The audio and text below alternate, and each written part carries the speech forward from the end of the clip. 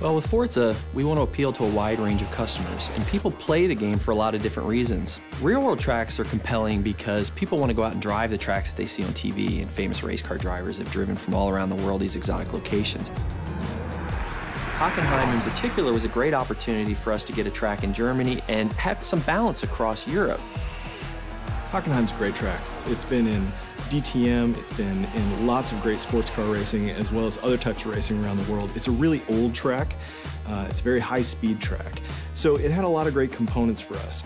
Hockenheim is very different from the Alps. It's in the middle of Germany, so it's one of the flattest tracks in the world. There really isn't any elevation change to the track itself. So it was just a very different experience. It's completely surrounded by trees, almost that sort of Black Forest feel, so that's something that we try to keep in mind as well. Last year, Turn10 Studios traveled to Germany to capture the track to bring it to life in Forza Motorsport 4.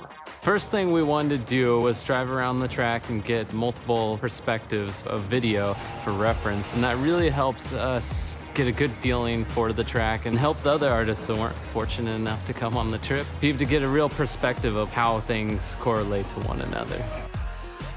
My plan was to capture every square inch of this place, from the smallest details like tire skids to spherical panoramas. Between the three of us, I would estimate that we won't be leaving this track with less than 10,000 photos.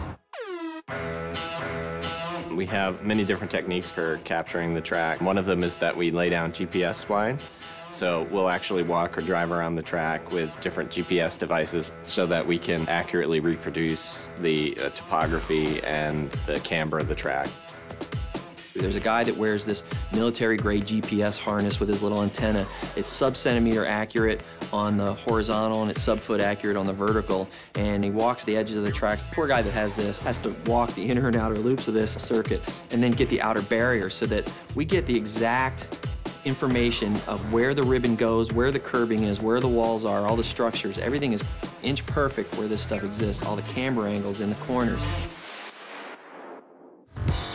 Generally, the process for creating a track tends to be the same for all tracks. There'll be slight differences between real-world and fictional tracks, but the first thing we say is, what is the feel for this track? What are we trying to impart to the player? When it comes to real-world tracks, we want to make them as accurate as possible. Hockenheim in particular, that comes down to the Mercedes grandstand. There's a grandstand there that's shaped like a giant C, and it dominates the entire track. It's almost like a monument to the area itself, so we've put a lot of detail into it. When you do look at it, it just has this sense of presence. When we feel this is really solid, we move on to the next stage, which is your refine phase, and we start doing our textures.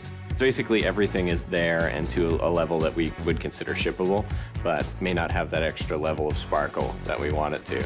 And then we take it into the polish phase, which is where all the love comes in. We get in and we model all the little details, where we try and say, okay, at this point, we know a lot of people are going to hit this corner, so we're actually going to scuff this corner up a little bit so that it's got a little bit of that character to it.